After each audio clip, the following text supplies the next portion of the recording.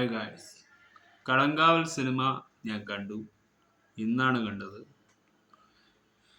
രണ്ടായിരത്തിൽ രണ്ടായിരം എന്ന് രണ്ടായിരത്തിലുടെ തുടക്കത്തിൽ അതിൻ്റെ ഒരു സ്റ്റോറിയാണ് ഞാൻ പറയുന്നത്. 2000-കളുടെ തുടക്കത്തിൽ കേരളത്തിൽ നടന്നൊരു വർഗീയ അക്രമമായിരുന്നു യഥാർത്ഥ കാരണം. ഈ കളങ്കാവൽ കണ്ടെത്താനുള്ള ചുമതല ഓഫീസർ ജയകൃഷ്ണനെയും ഏൽപ്പിക്കും. ഒരു പെൺകുട്ടി മറ്റൊരാളുമായി ഒളിച്ചോടുന്നതിനെ കുറിച്ചുള്ള ഒരു തെറ്റിദ്ധാരണയാണ് കലാപത്തിന് കാരണമാകുന്നത്. അദ്ദേഹം അന്വേഷണത്തിലൊടുവിൽ കണ്ടെത്തും. അതായത് കൂടുതൽ അന്വേഷണത്തിൽ സമാനമായ രീതിയിൽ കാണാതായ നിരവധി സ്ത്രീകളെ കുറിച്ച് ജയകൃഷ്ണൻ കണ്ടെത്തുന്ന ഒരു ചങ്ങലയിലേക്ക് വലിച്ചേക്കപ്പെടുന്ന ഒരു സ്ത്രീകൾക്ക് യാത്രത്തിൽ എന്താണ് സംഭവിച്ചതെന്ന് കണ്ടെത്താനുള്ള അദ്ദേഹത്തിൻ്റെ ശ്രമങ്ങൾ കഥയുടെ കാതലായി വരുന്നു. ഇത് നമ്മൾ കണ്ടിരിക്കേണ്ട ഒരു സിനിമ തന്നെയാണ്. ഇങ്ങനെയുള്ള ക്രൈമുകളൊക്കെ ലൈഫിൽ നടക്കുന്നുണ്ടോ? അതായത് ഇതിൽ കാസ്റ്റ് ചെയ്യപ്പെട്ടിരിക്കുന്ന എല്ലാ സ്ത്രീകൾക്കും അതിൻ്റെതായ പൊസിഷൻ കൊടുത്തിട്ടുണ്ട്.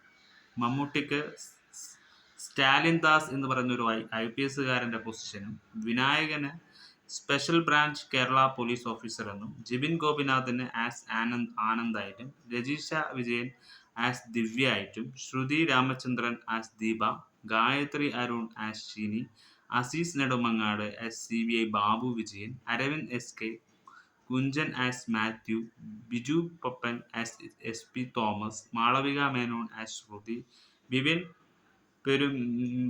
പെരുമ്പിലിൽ, ഹരീഷ് ശങ്കർ SG, RJ സൂരജ്, ധന്യ അനയ. ഇങ്ങനെ ഈ കാസ്റ്റിംഗ് വരെ വളരെ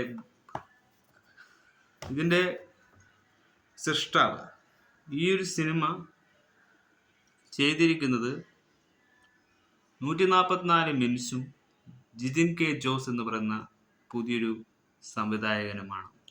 മമ്മൂട്ടി, വിനായകൻ ഇവരുടെ കാസ്റ്റിംഗ് പലരും പ്രശ്നമാക്കുന്നുണ്ട്. സത്യത്തിൽ ഈ സിനിമ നല്ലൊരു സിനിമയാണ്. ഒരു 3-ാം സ്ഥാനമെങ്കിലും ഈ സിനിമക്ക് എത്താൻ സാധിക്കും. ഒരു ഫസ്റ്റ് ഹാഫിൽ നമ്മൾ ഒരുപാട് കൺഫ്യൂഷൻസ് ഉണ്ടാക്കുന്നുവെങ്കിലും ഈ സിനിമ ഒരു പക്ക ക്രൈം നടക്കുന്ന ഒരു സംഭവമാണ്. ഈ സിനിമയിലെ വില്ലനിസം എങ്ങനെയാണ് കൊണ്ടുവരേണ്ടതെന്ന് മമ്മൂട്ടി അതിൽ കാണിച്ചിട്ടുണ്ട്. ഇതിലൊരു തെറ്റായ ഒന്നും സ്പോയിലേഴ്സും ഉണ്ടാകുന്നില്ല. പിന്നെ ഈ കഥ കണ്ടിരിക്കാൻ പ്രേക്ഷകർക്ക് കൗതുകമുണ്ടാവും. അപ്പോൾ ആ കൗതുകത്തിനനുസരിച്ച് ഈ സിനിമയുടെ നറേഷൻ മാറ്റിക്കൊണ്ടിരിക്കും. ഇതിൽ രണ്ടാളും കാസ്റ്റിങ്ങിന് ചെറിയ വ്യത്യാസങ്ങളല്ലാതെ വലിയ അപാര പ്രശ്നങ്ങളൊന്നും ഈ സിനിമകൾക്കില്ല. എന്നാലും ഒരു ഗുഡ് ടച്ചുള്ള മൂവി തന്നെയാണ്. അതായത് രണ്ടുപേർക്കും സമാനതകളായ നല്ല വശങ്ങളും മോശവശങ്ങളും ഉണ്ട്. ഈ മോശവശങ്ങളെ പിടിക്കാനുള്ളൊരു യാത്രയിലായിരുന്നു ഇതിൽ നായകനായ അഭിനയിച്ച വിനായകനും. ഈ മോശവശങ്ങളെ ആരെയും അറിയിക്കാതെ കൊണ്ടു നടക്കുകയായിരുന്നു വില്ലൻ സ്റ്റാലിൻ ദാസ് എന്ന IPS-കാരൻ. രണ്ടുപേരും ഓഫീസറാണ് എന്നതാണ് ഇതിലെ യഥാർത്ഥ കഥയിലെ ഇത്. അതറിഞ്ഞാൽ തന്നെ ചില പോലീസുകാർ അങ്ങനെയാണ്. എല്ലാ പോലീസുകാരും നന്മയുടെ പാതകളിലൊന്നുമല്ല. അപ്പോൾ തിന്മകളുടെ പാതയിൽ നടക്കുന്നവരുമുണ്ട്, നന്മയുടെ പാതയിൽ നടക്കുന്നവരുണ്ട്. ഇവിടെ നന്മയും തിന്മയും തന്നെയാണ് ക്വസ്റ്റ്യൻ മാർക്ക് ആക്കുന്നത്. അപ്പൊ അതിലെ കഥ കാവൽ എന്നാണ്. ആ കാവലിനെയാണ് കമൽ ദളം എന്ന് പറഞ്ഞ് ഈ ഒരു സിനിമ അങ്ങനെയാണ് കൊടുത്തിരിക്കുന്നത്. ഈ സിനിമയുടെ പേര് തന്നെ വിചിത്രമാണ്. കലാം കാവൽ, ഒരു കാവൽ പോലുള്ളൊരു സംഭവങ്ങളാണ്. പക്ഷെ എല്ലാ പെൺകുട്ടികളെയും രക്ഷപ്പെടുത്താൻ കഴിയാതെ കുറച്ച് സ്ത്രീകൾ നശിക്കപ്പെടുകയും കുറച്ച് സ്ത്രീകൾ രക്ഷപ്പെടുകയും ചെയ്തിട്ടുണ്ട്. മൊത്തം പേരൊന്നും ഇതിൽ ഇരയായിട്ടില്ല. പക്ഷെ ഇങ്ങനെയുള്ള സംഭവങ്ങൾ ഇതൊരു 2 ഡിസ്ട്രിക്റ്റ് തമ്മിലുള്ള ഒരു കേരളവും തമിഴ്നാട് ബോർഡറിൽ നടക്കുന്ന, നമ്മളൊന്നും ആരും കാണാതെ അറിയാത്ത, ഇതുവരെ അന്വേഷണങ്ങൾ പോലും സംഭവിക്കാത്ത ഒരു വികാസങ്ങളെക്കുറിച്ച് ജനങ്ങളെ ബോധവൽപ്പിക്കുന്ന ഒരു മോട്ടിവേറ്റഡാണ്. ഇതൊന്നും ആരും അറിയുകയുമില്ല, കേൾക്കുകയുമില്ല. ഈ സ്റ്റോറിയൊക്കെ വല്ലപ്പോഴും കണ്ടു എന്നല്ലാതെ സിനിമകളിലല്ലേ ഇത് അറിയാൻ പറ്റുന്നുള്ളൂ. അപ്പൊ അതിന് നിയന്ത്രണമായ ഒരു അന്വേഷണ രേഖയുണ്ടെങ്കിൽ മാത്രം ഒരു ഡിറ്റക്റ്റീവ് പോലുള്ള സ്റ്റോറി ലെങ്ത് ഉള്ള ഒരു ക്രൈം ത്രില്ലറാക്കി മാറ്റാൻ ഇതിന് പറ്റും. അതാണ് ഇതിൽ കാണിക്കുന്നത്.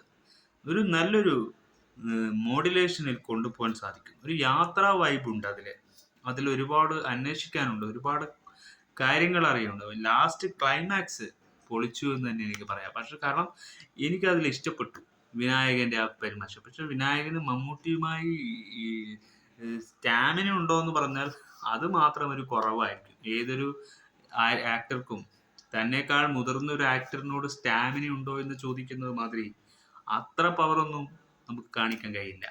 അത് അതിൻ്റെതായ രീതിയിൽ മാത്രം.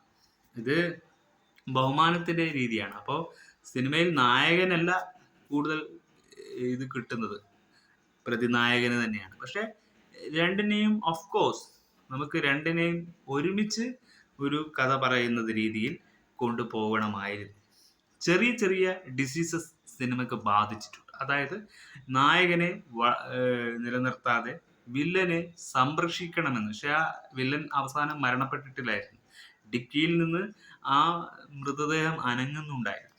അപ്പൊ അത് കാണുമ്പോൾ വില്ലൻ അത്രക്കും പവർ ഉള്ള ഒരു വില്ലനാണ് എന്ന്, അതായത് കാവലിന്റെ വേറൊരു ദിശയിലേക്ക് പോകുന്നൊരു, അതൊരു വല്ലാത്തൊരു അനുഭവമാണ്. ഒരു സിനിമ തിയേറ്ററിൽ എൻജോയബിൾ ആയി കാണാൻ പറ്റുന്ന ഒരു സിനിമയാണ്. കണ്ടിരിക്കണം, കാണുമ്പോഴേ അതിന്റെ ത്രിൽ അറിയും. അപ്പോ ബൈ ഫോർ